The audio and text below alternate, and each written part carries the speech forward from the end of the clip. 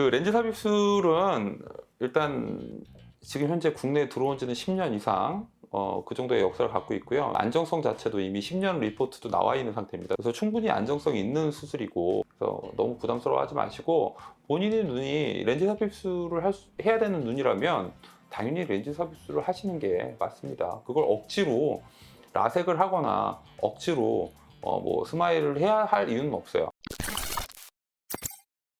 렌즈 삽입술에 대해서 두려워하시는 분들이 많은데, 렌즈 삽입술도 라식 라섹과 마찬가지로 어떤 시력 교정 수술에 있어서 하나의 큰 축을 담당하는 수술은 맞습니다. 일단 그 라식 라섹이라고 하는 거는 각막, 요 앞에 제일 앞부분에 있는 각막을 깎아주는 게 굴절 수술입니다. 라식, 라섹, 뭐 스마일 다 똑같은 방법이고요. 결국 각막을 어떤 모양으로 깎아주느냐, 그게 시력 교정 수술의 방법인데, 일단 각막의 모양이 불안정하거나 각막이 얇거나 뭐 이런 경우에는 각막을 깎기가 이제 어렵다고 판단이 되겠죠. 각막을 깎기가 어려우면 차라리 이 렌즈를 작게 만들어서 안에 공간에다 넣는 방법입니다. 렌즈 삽입술에는 두 가지 방법이 있는데요. 일단 이 앞에 홍채가 있어요. 이 홍채를 기준으로 전방, 후방 이렇게 나누는데, 전방 렌즈라고 하는 거는 홍채의 앞쪽에 렌즈가 들어갑니다. 그래서 홍채에다가 렌즈를 고정을 하고 그 앞에 렌즈가 위치하게 되면 전방 렌즈라고 표현을 하고요. 그다음에 홍채의 뒤쪽으로 들어가는 렌즈가 있습니다. 수정체의 앞쪽으로 들어가는, 수정체와 홍채 사이의 공간으로 들어가게 되는 렌즈가 후방 렌즈 삽입술이 되겠습니다. 전방 렌즈나 후방 렌즈나 제가 봤을 때는 효과는 분명히 있습니다. 근데 다만 장점이라고 할 수 있는 거는 전방 렌즈가 난시 교정에는 좀 더 효과가 있습니다. 근데 이제 난시가 있다는 얘기는 얘가 약간 이렇게 타원형의 모양을 유지한다, 3차원적으로 봤을 때 이제 약간 타원형을 유지하는 건데, 그런 경우에는 그 난시에 맞춰서 정확하게 난시를 교정해주면 난시까지 다 없앨 수 있는 그런 시력 교정술이 되거든요. 근데 이제 후방 렌즈의 단점은 동공의 뒤쪽에 들어가 있기 때문에 그 간혹 렌즈가 이렇게 돕니다. 그래서 난시를 저희가 잡았다고 딱 고정을 해놨는데 렌즈가 돌아버리면 난시가 안 잡힌 효과나 똑같은 거거든요. 난시가 있을 때는 분명히 난시를 잡아주는 수술을 하는 게 다음 재수술을 하는 걸 막는 하나의 방법이고, 일단 전방 렌즈 같은 경우에는 홍채절개술을 해야 하는 단점이 있긴 합니다. 근데 그 홍채절개술도 안압이 올라가는 걸, 녹내장을 예방하기 위해서 하는 방법이거든요. 그래서 전방 렌즈하고 후방 렌즈하고 봤을 때 솔직히 난시가 없으면 뭐 전방 렌즈나 후방 렌즈나 제가 봤을 때 퀄리티는 비슷한데요. 전방 렌즈가 좀 더 난시 교정 효과는 뛰어나다, 이렇게 말씀드릴 수 있습니다.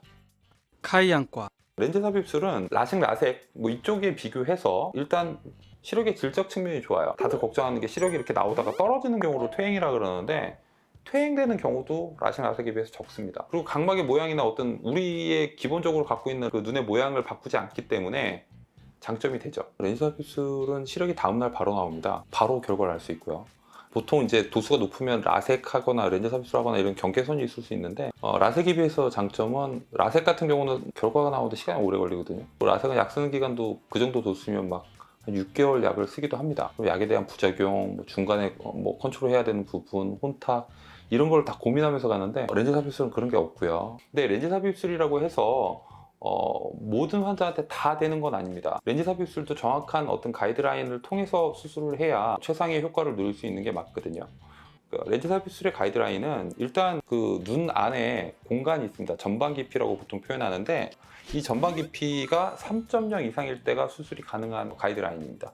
그리고 안압이 정상이어야 되고 녹내장에 대한 가능성이 좀 적어야 렌즈 삽입술의 어떤 인디케이션이 됩니다. 렌즈 삽입술의 대상은 일단 합도수, 근시하고 난시하고 합도수가 10디옵터 이상일 때 일단 첫 번째가 되고요. 이제 초고도 근시라고 보통 얘기를 합니다. 깎는 양이 많아지면 많아질수록, 그럼 각막의 모양이 많이 바뀌어야 되잖아요. 각막의 모양이 많이 바뀌면 많이 바뀔수록 시력의 질적 측면에 떨어질 가능성이 높습니다. 그 라식, 라섹이든 스마일이든 비교를 해봤을 때 오히려 굴절 도수가 높은 경우에는 렌즈 삽입술의 어떤 시력의 퀄리티, 시력의 질적인 측면이 오히려 더 높게 나타나는 경향이 있습니다. 그래서 10디오퍼가 넘는 경우에, 그리고 전방 깊이가 충분하다면 렌즈 삽입술을 고려하는 게 맞는 방법이고요. 각막이 얇거나 각막 모양이 이상하다면 역시 렌즈 삽입술 쪽을 생각하시는 게 맞는 방법입니다. 그 다음에 원추각막인 경우에도 솔직히 렌즈 삽입술이 수술 대상이 됩니다. 원추각막인 환자는 각막에다가 뭘 하는 게 부담스럽거든요. 더 이상 각막을 더 얇게 만들 이유도 없고, 그 원추각막 같은 경우에 각막 내 링 삽입술과 콜라겐 교차 겹술을 한 다음에